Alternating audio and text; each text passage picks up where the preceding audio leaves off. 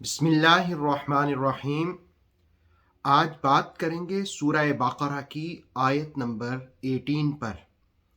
ارشاد باری ہے صم بکم عمی فہم لا یرجعون، بہرے گونگے وہ لوٹ کر آنے والے نہیں ہیں۔ صم کا مطلب ہوتا ہے بہرا ہونا، اور بکم کا مطلب ہوتا ہے گونگا ہونا، یعنی کانوں سے سننے کی طاقت بھی نہ ہونا اور زبان سے بولنے کی طاقت بھی نہ ہونا۔ عمیٌ کا مطلب ہے کہ آنکھوں سے نظر نہیں آتا، دکھائی نہیں دیتا، نابینا ہونا۔ قرآن حکیم نے منافقین کی کیفیت کو بیان کیا کہ بظاہر تو ان کی آنکھیں بھی ہیں، ان کی زبان بھی ہے، ان کے کان بھی ہیں، لیکن اس کان کا کیا فائدہ جو حق سن کر اس کو نہ سمجھے، جو قرآن نہ سمجھے۔ گویا کہ وہ شخص بہرا ہے، سمم وہ بہرا ہے، اور جو اپنی زبان سے کلمہ حق نہ کہے، لا الہ الا اللہ کا ورد نہ کرے، رسول کریم علیہ السلام کے حسن و جمال کا ذکر نہ کرے، گویا کہ بکمن وہ گونگا ہے۔ زبان تو اللہ نے اس لیے دی ہے کہ اس سے سچ کا اظہار کیا جائے، اس سے سچ بولا جائے، اس سے حقیقت کا اظہار کیا جائے اور حق والوں کی تعریف کی جائے۔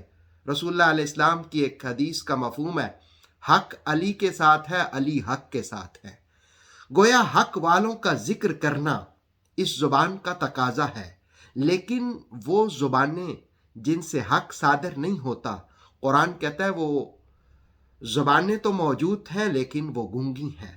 اور تیسری بات یہ بیان کی عمیٌ وہ اندھے ہیں، یعنی آنکھیں ہیں لیکن دیکھنے کی طاقت نہیں ہے، دیکھنے کی قوت نہیں ہے، یعنی بظاہر تو وہ دیکھتے ہیں لیکن اگر حسن محمد کو نہ دیکھا تو کیا دیکھا صلی اللہ علیہ وسلم، اچھی باتوں کا اعتراف نہ کیا ان کو دیکھ کر تو کیا فائدہ ان آنکھوں کا۔ تو اس لیے قرآن حکیم نے کہا کہ منافقین کی کیفیت اور حالت یہ ہے کہ یہ بہرے بھی ہیں، یہ گونگے بھی ہیں اور یہ اندھے بھی ہیں۔ فہم لا یرجعون، یہ لوٹ کر آنے والے نہیں ہیں۔ دراصل انہوں نے ہدایت کے بدلے میں گمراہی کو خرید لیا، اور جو ہدایت کے بدلے میں گمراہی کو خرید لیتا ہے وہ کیسے لوٹ کر آ سکتا ہے؟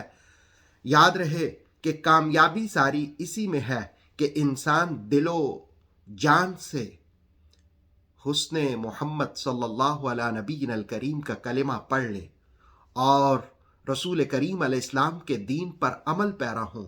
منافقین دراصل سب کچھ ہوتے ہوئے بھی بہرے گونگے اور اندھے بن گئے، حق کو سمجھنے کی کوشش نہ کی۔ جب انہوں نے کوشش نہ کی تو قرآن نے بھی اعلان کر دیا فہم لا یرجعون، یہ لوٹنے والے بھی نہیں ہیں، یہ ادھر ہی رہیں گے گمراہی میں۔ اللہ رب العالمین ہمیں گمراہی سے محفوظ فرمائے اور قرآن سمجھنے کی توفیق عطا فرمائے۔ انشاءاللہ آیت نمبر 19 کے ساتھ جلد حاضر۔ اتھینٹک اسلامک نالج کے لیے دیکھتے رہیے نور وحی YouTube channel. Please like, subscribe and share.